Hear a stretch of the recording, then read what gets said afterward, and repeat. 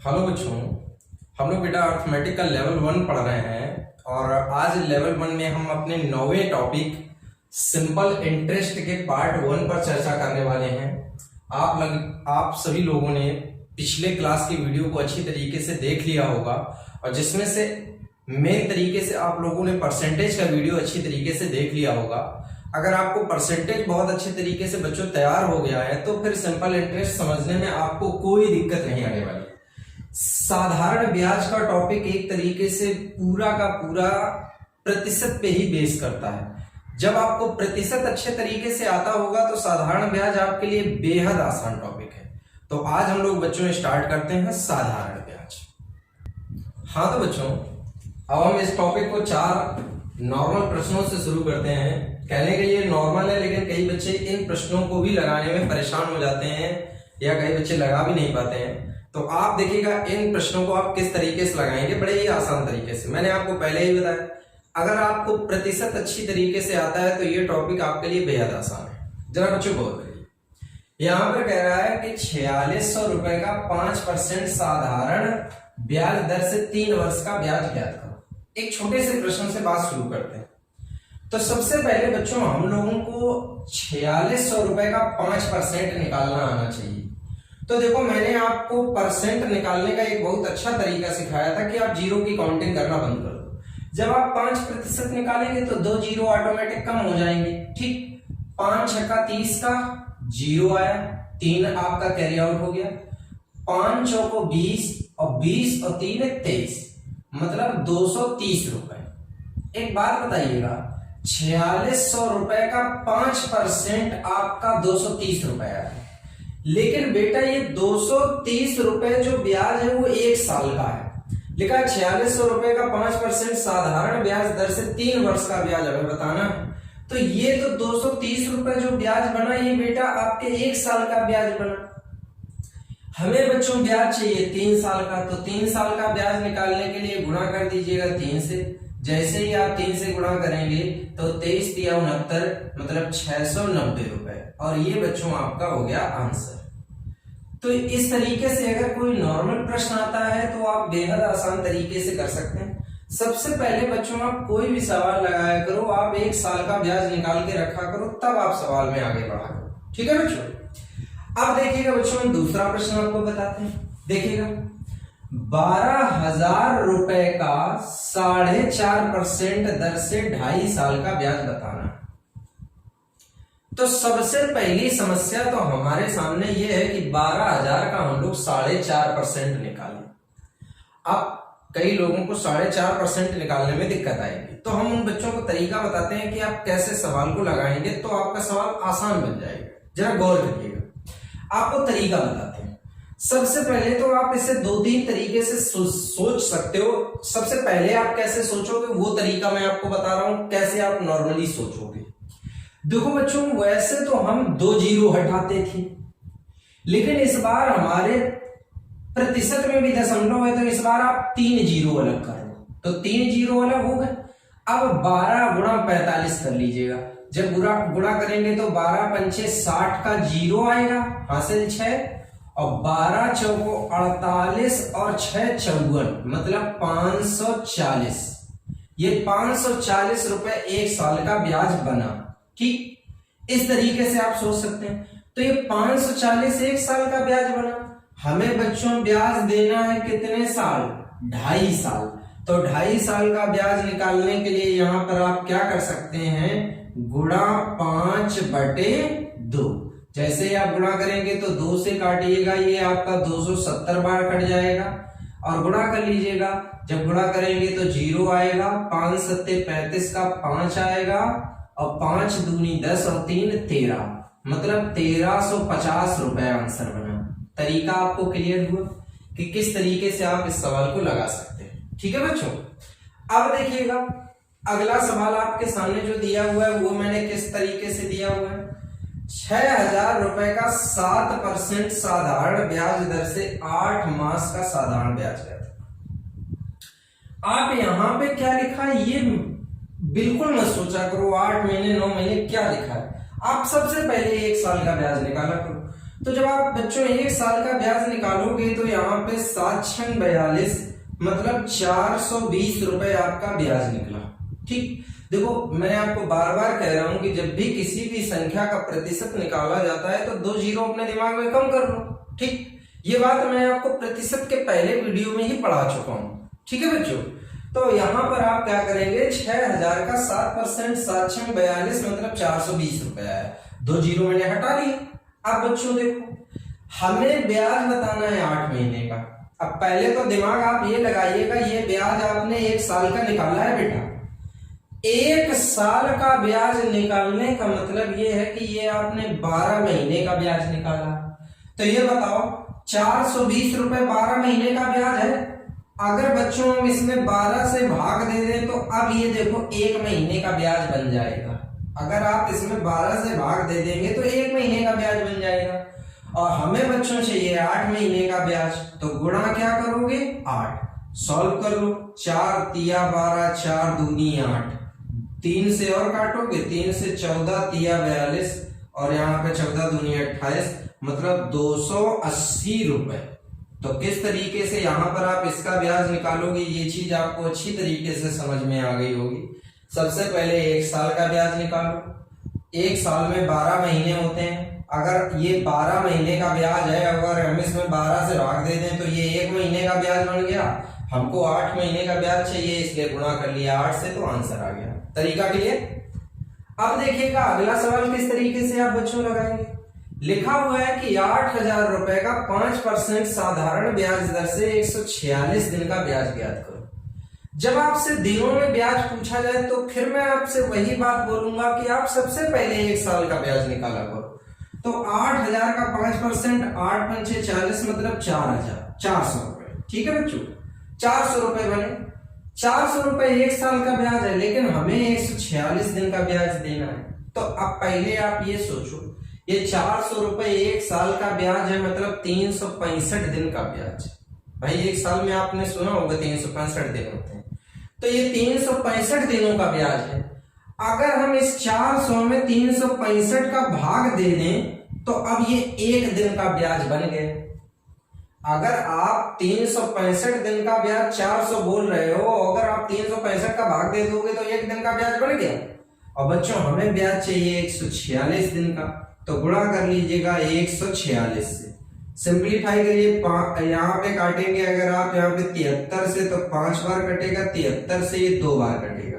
ठीक, 5 8 40, 80 आ गया, 8 दूनी 16 मतलब 160 रुपए ब्याज बना।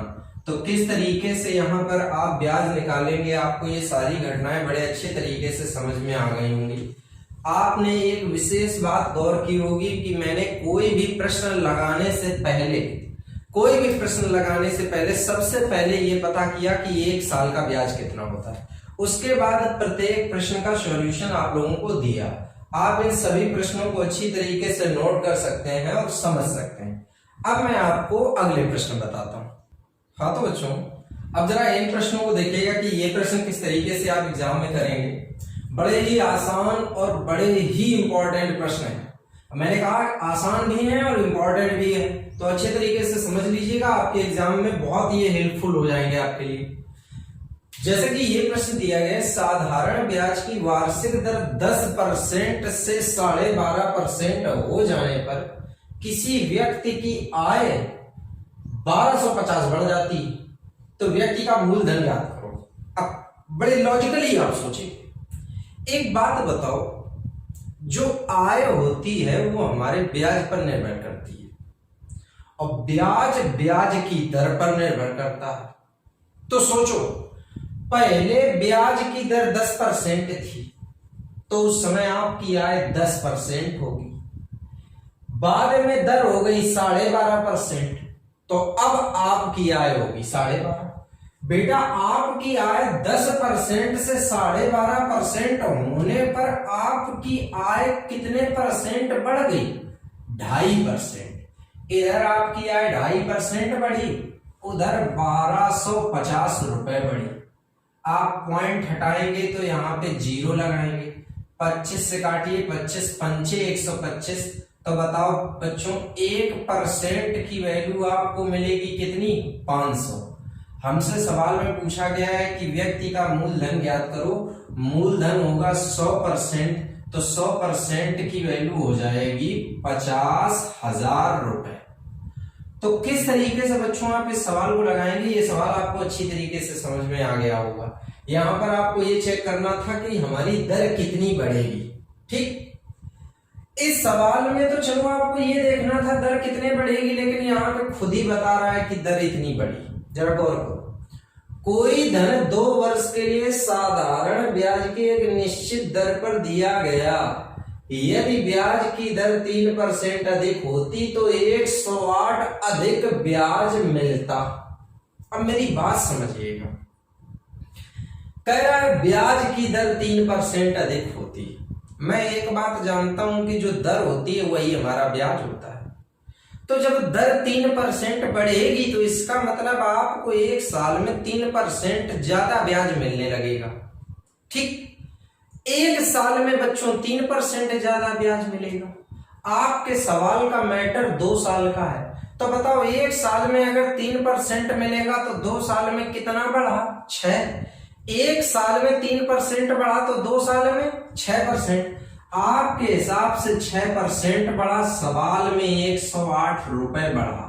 6 से काटिएगा, 6 एकम 6, 6 अट्ठे 48। तो 1% की वैल्यू, 1% की वैल्यू आपको कितनी मिली? 18। आपको मूलधन ज्ञात करना है तो 100% की वैल्यू हो गई 1800 रुपए। ये बच्चों हमारा आंसर हो गया।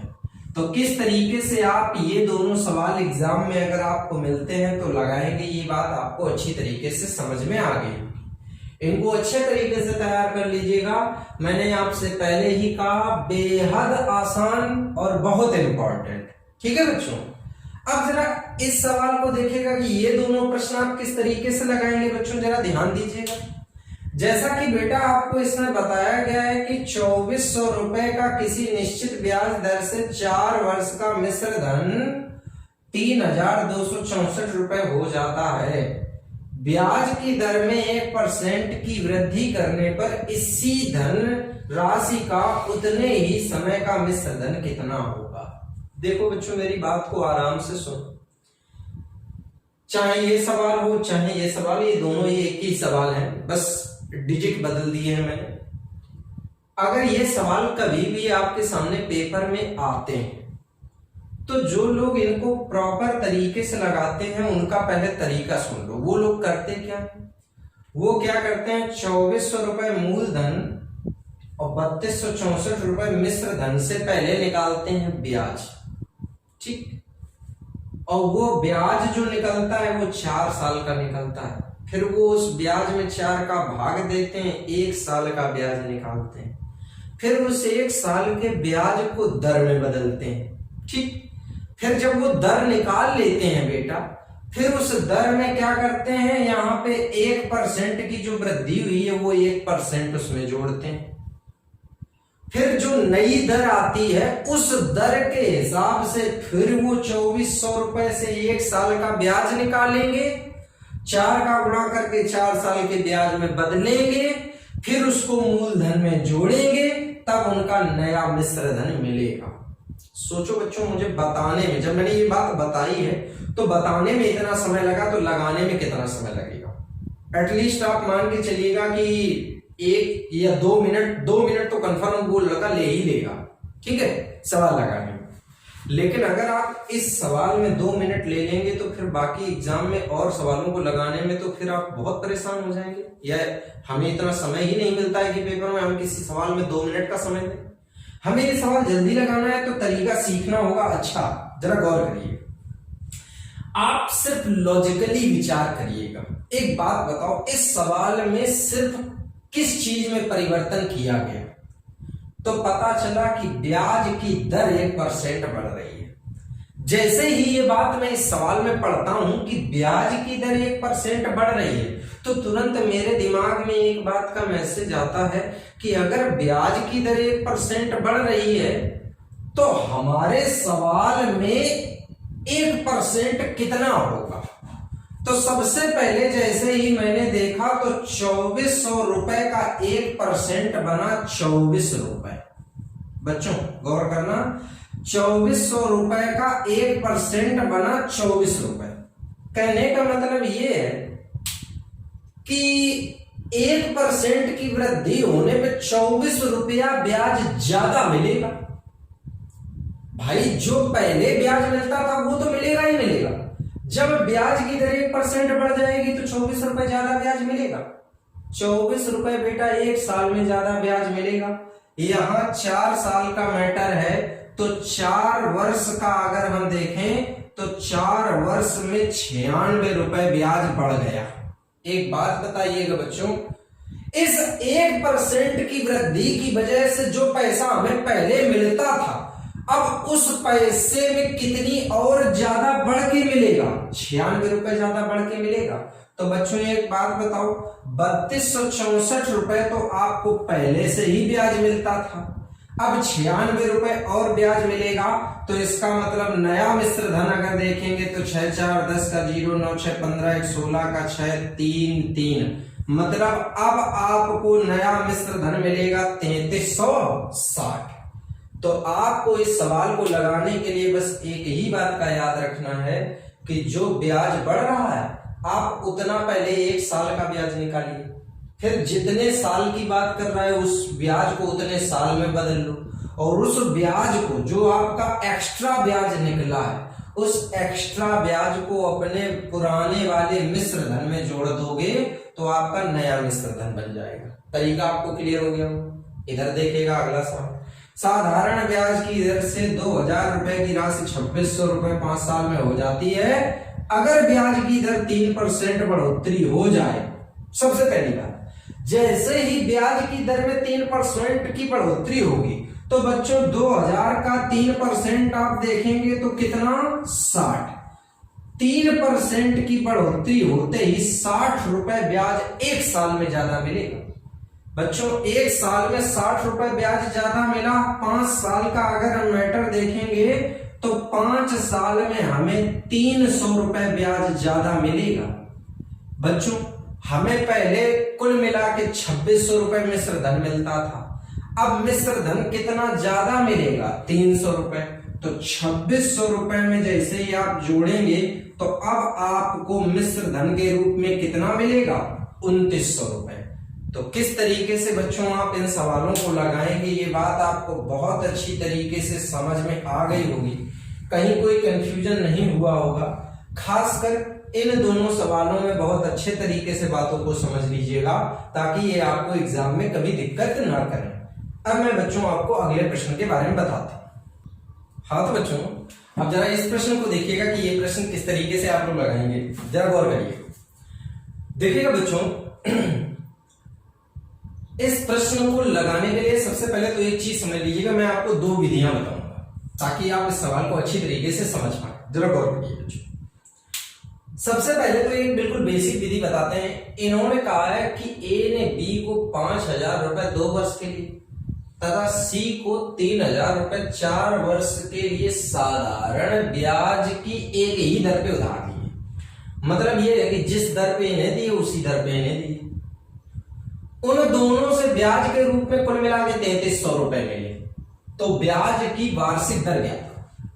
अब जब इस तरीके का सवाल आएगा तो देखो लड़का जो नॉर्मल स्टूडेंट इसको लगाएगा तो वो कैसे इसे लगाएगा, वो सबसे पहले ये सोचेगा कि 5000 रुपए का 8% दर से 2 वर्ष का ब्याज निकालेगा, ठीक।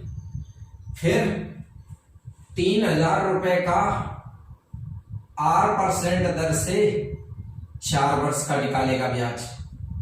अब दोनों ब्याज को उठा के जोड़ेगा और बराबर लिखेगा 3300 और फिर इसको सॉल्व करेगा और यहां से बेटा ये किसकी वैल्यू निकालेगा, आर की वैल्यू निकालेगा। इस तरीके से वो स्टूडेंट इस सवाल का आंसर निकालेगा और उसका आंसर आ जाएगा। ऐसा नहीं कि आंसर नहीं आएगा, वो यहां से भी आंसर आएगा।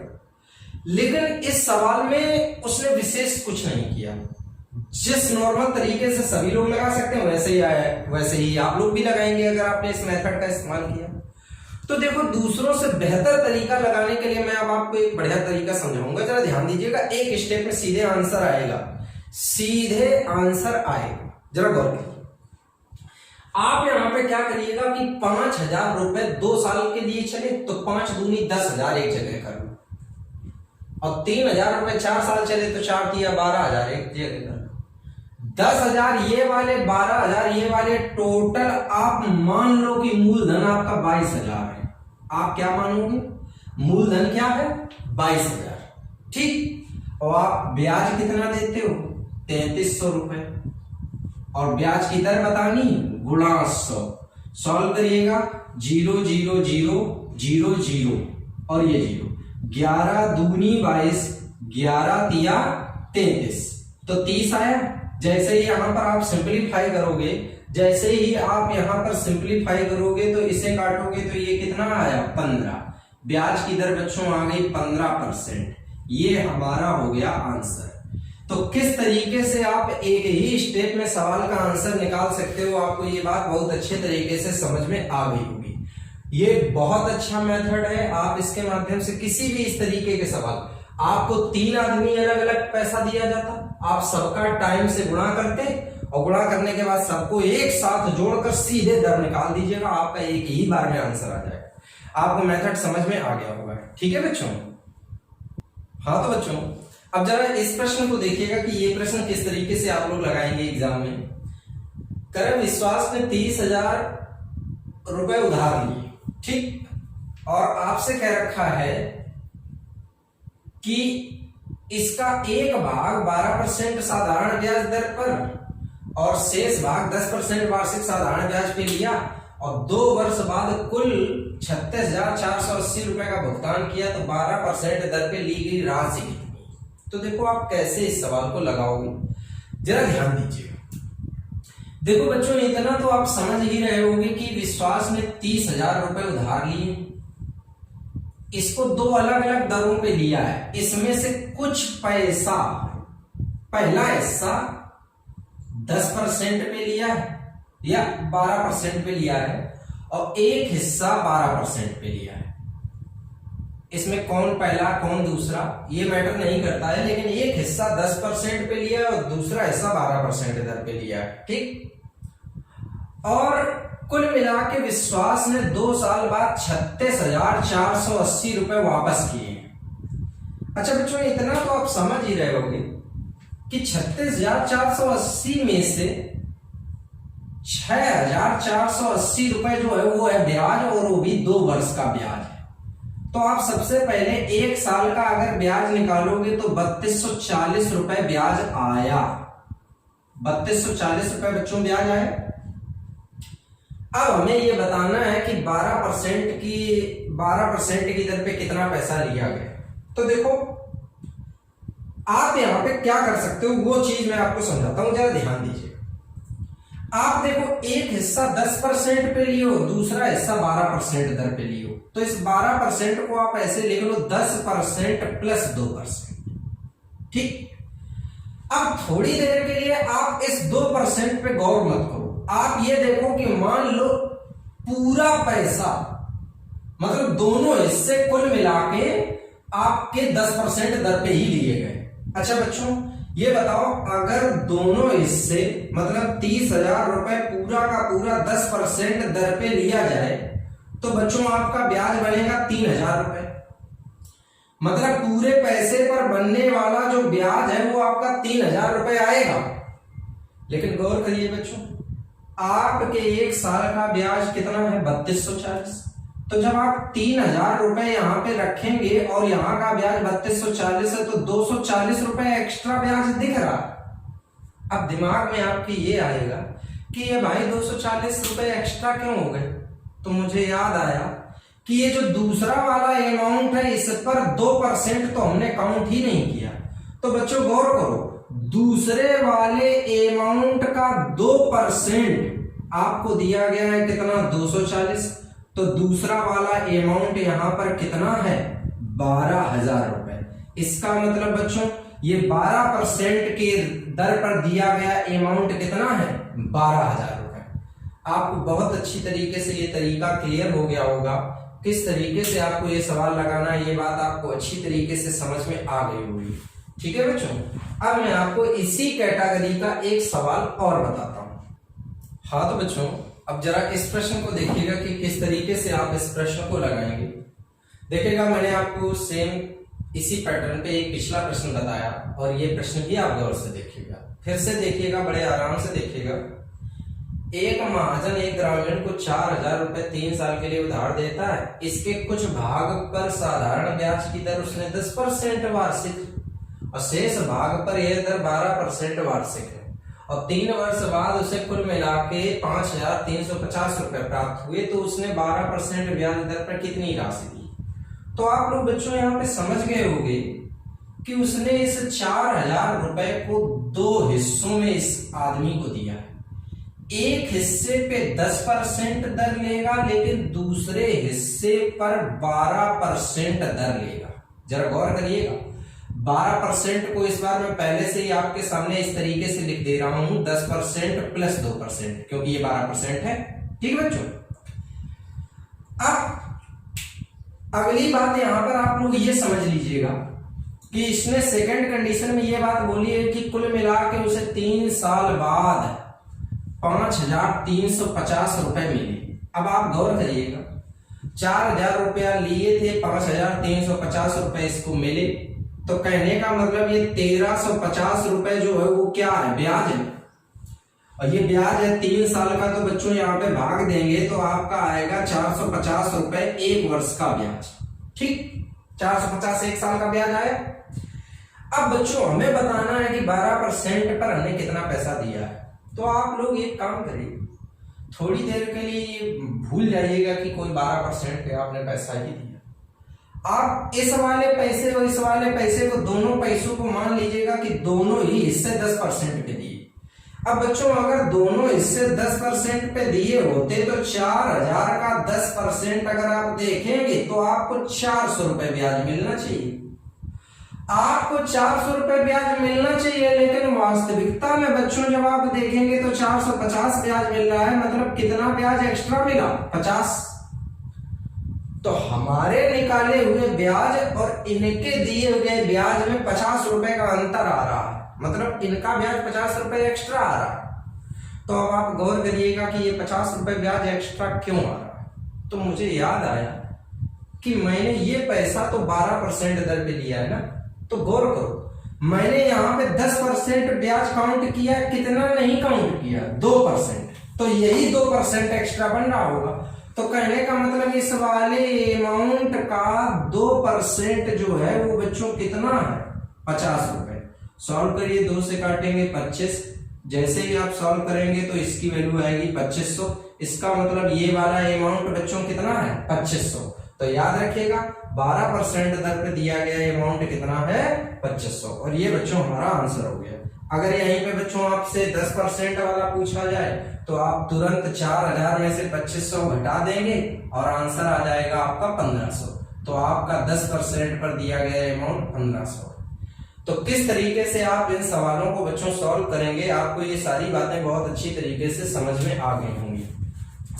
देखिएगा, इस वीडियो में मेरा पूरा प्रयास आपको ये रहा है कि साधारण ब्याज में आपको साधारण से साधारण तरीके से बताऊं। आप लोगों ने एक एक सवाल को अच्छे तरीके से समझा होगा, लेकिन अगर फिर भी आपको किसी भी प्रकार के सवाल में कोई भी डाउट है तो आप वीडियो को दोबारा से प्ले करके देख सकते हैं, ताकि आपको कोई किसी प्रकार का डाउट ना रह जाए।